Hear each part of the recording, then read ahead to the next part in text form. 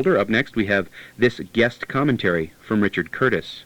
Lately, people have been talking about the new statistics on crime and punishment. They say that 1/3 of all black men are in jail, prison, or on parole. They say that 1 million Americans are in prison today. The gap between rich and poor is growing like an East Coast landfill with no end in sight. They say that the wealthiest 1% of Americans control 40% of our national wealth, and the wealthiest 10% control 90% of the wealth. And the response from the government of the people, by the people, and for the people? Let them eat cake. Now, actually, the Republicans are saying let them starve, unemployed, freezing to death in a polluted stinkhole. The Republicans, or Newtsies, as columnist Molly Ivins calls them, are less sarcastic than Marie Antoinette. Irony is lost on their limited intellects. You see, we don't yet have government of the people, because we still have rich and poor, owners and workers. As long as that's true, we'll have government of wealth, by wealth, and for wealth. This truism has certain repercussions that are unavoidable in the postmodern world, and Molly Ivins is just hinting at the real problem. Newtism. In Germany in the 1930s there was tremendous poverty, inflation, suffering, and people were beginning to figure that what they really needed was a change like Russia made just a little over a decade earlier. But that kind of change, while benefiting the majority, does so at the cost of the wealth and power of the minority, the 1%. Even in Germany they had all the wealth they needed, but it was concentrated in too few hands. Rich people in Germany, America, England, and other places saw what was happening in 1933. From their point of view, there is at least one small comfort in political instability in modern nation-states. The political struggle is complex, and it is possible to divert people's attention away from the real causes of their misery to false causes, to scapegoats. Today, some people blame Jews, others foreigners, some even blame the government. This last is the most interesting.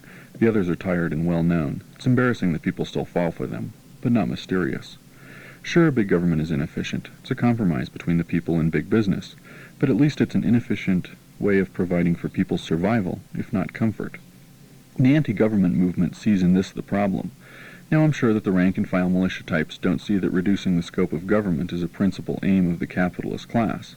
They, the rich, have for over 60 years now compromised the freedom of capital to exploit resources and labor. They are emboldened of late and want to dismantle the EPA, OSHA, wetlands protection, clean air and water legislation, labor rights laws, and taxes on their capital gains. Like their counterparts in Germany 60 years ago, the Newtsies feign an appeal to the masses, getting big government off our backs. But the our in our backs refers not to working people, but to the rich. The return to constitutionality, to a system of laws based only on the guarantees of life, liberty, and the pursuit of happiness are all for the benefit of capital. One cannot pursue happiness, or much of anything, if all of one's time is taken up pursuing survival. The Newtsies know this. Our Constitution, beautiful though it may be, is incomplete because it assumes the ability to survive. Its framers were, for the most part, members of the developing capitalist class. Today we say that they envisioned a nation of people working for themselves, but this is hardly true. They envisioned a nation of small and medium land and slave owners hiring out the poor and living free from the constraints of feudalism. To them, as to the wealthy today, survival is not an issue. In point of fact, though, survival is the issue which most occupies working people today. We can go along with the right wing and free capitalists from social responsibility, or we can take matters into our own hands. We have before us two paths, as in Weimar Germany. The left path, which is the way of more democracy, shared wealth and power, socialism, and the right path, which is the way of totalitarian government and a wide disparity of wealth and power, Newtsiism. For all their talk of reducing government, there is one part that the Newtsies will only increase, and that is the iron fist, the military and police. We can see that already from the budget debates. We live in a world in which our nation is not threatened, and yet the Newtsies are still increasing the war budget. And what did the Nazis do with their increased war budget, their discontented masses, scapegoating, and their slick propaganda machinery? 40 million people died. Do the lessons of history really require repetition before realization? This is Richard Curtis. In